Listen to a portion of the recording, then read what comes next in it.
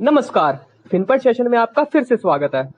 पहला अपडेट है market regulator security and exchange board of India की अध्यक्ष माधवी पुरी बुच के पति धवल बुच हिंडनबर्ग की उस नई रिपोर्ट के बाद जांच के घेरे में आ गए हैं, जिसमें दावा किया गया है कि इस दंपति ने उन्हीं ऑफशोर विदेशी कंपनियों में पैसा लगाया था, जिसका इस्तेमाल कथित तौर पर अडानी ग्रुप के शेयरों की कीमतें बढ़ाने में किया गया था।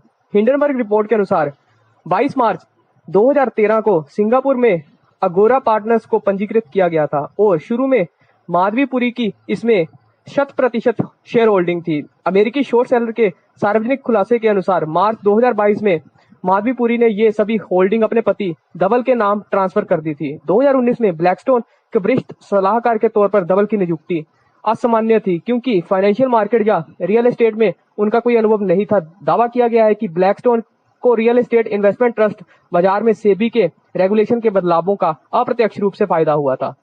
दूसरा अपडेट है, भारतीय रिजर्व बैंक ने बैंकिंग व्यवस्था से अतिरिक्त नकदी निकलवाने के लिए ओपन मार्केट ऑपरेशन के तहत जुलाई में 11,675 करोड़ रुपए की सरकार की सिक्योरिटी की बिक्री की। रिजर्व बैंक ने ताजा आंकड़ों से यह सामने आया कि ओपन मार्केट ऑपरेशन बिक्री के साथ रिजर्व बैंक VRR यानी वेरिएबल रिजर्व रेपो रेट नीलामियों का भी आयोजन कर रहा है, जिससे अतिरिक्त नकदी निकाली जा सके। शुक्रवार को हुई 14 दिन की VRR नीलामी में 1 लाख करोड़ रुपए अधिसूचित राशि की जगह बैंकों ने 14,954 करोड़ रुपए जमा किए हैं। 3 दिन की VRR नीलामी में बैंकों ने 45,236 करोड़ रुपए जमा किए, जबकि अधिसूचित राशि 75,000 करोड़ रुपए थी।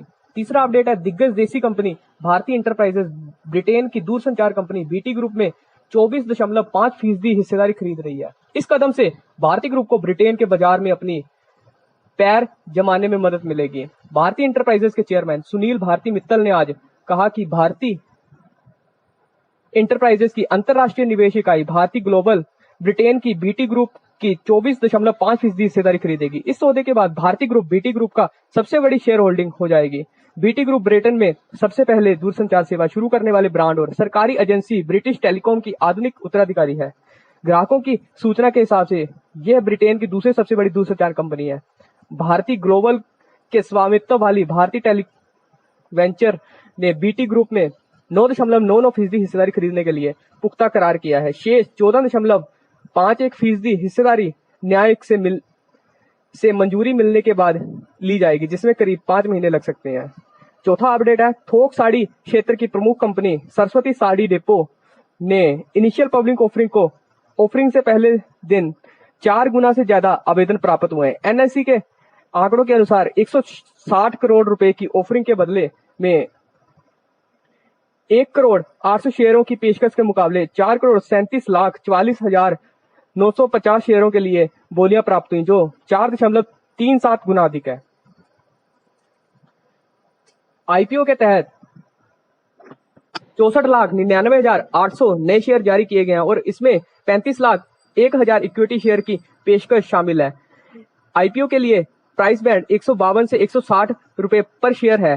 कंपनी का आईपीओ 14 अगस्त को बंद होगा। कंपनी नई लिस्टिंग से प्राप्त इनकम का उपयोग वर्किंग कैपिटल और जनरल कंपनी वर्क के लिए करेगी। पांचवा अपडेट है, प्राइवेट सेक्टर में के येस बैंक की हिस्सेदारी को लेकर दांवपेच अब तेज हो गए हैं। येस बैंक पर नियंत्रण की रेस में अब तक दिग्गज जापानी बैंक भी शामिल हो गया है। जापान के सबसे बड़े बैंक SMBC के चीफ अगले हफ्ते भारत आने वाले हैं। वे पहली बार भारत आ रहे हैं। इस दौरान वे येस बैंक को लेकर भी बड़ा ऐलान कर सकते हैं। इस दौरान वे रिजर्व बैंक ऑफ इंडिया और स्टेट बैंक ऑफ इंडिया के अधिकारियों से भी मुलाकात करेंगे। देश के सबसे बड़े बैंक SBI की येस बैंक में 23.99% हिस्सेदारी है।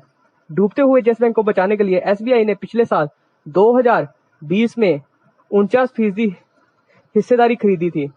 अब SBI अपनी बाकी की हिस्सेदारी भी बेचना चाहता है। जुलाई में RBI ने येस बैंक में 51% हिस्सेदारी बेचने की मंजूरी दे दी थी। यह अनूठा निर्णय था, क्योंकि RBI ने घरेलू बैंकों में प्रमोटर की हिस्सेदारी पर 26% की लिमिट लगाई हुई है।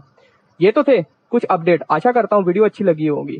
वीडियो अच्छी लगी हो तो वीडियो को अपने दोस्तों में शेयर करना, वीडियो को लाइक करना, चैनल को सब्सक्राइब करना। धन्यवाद।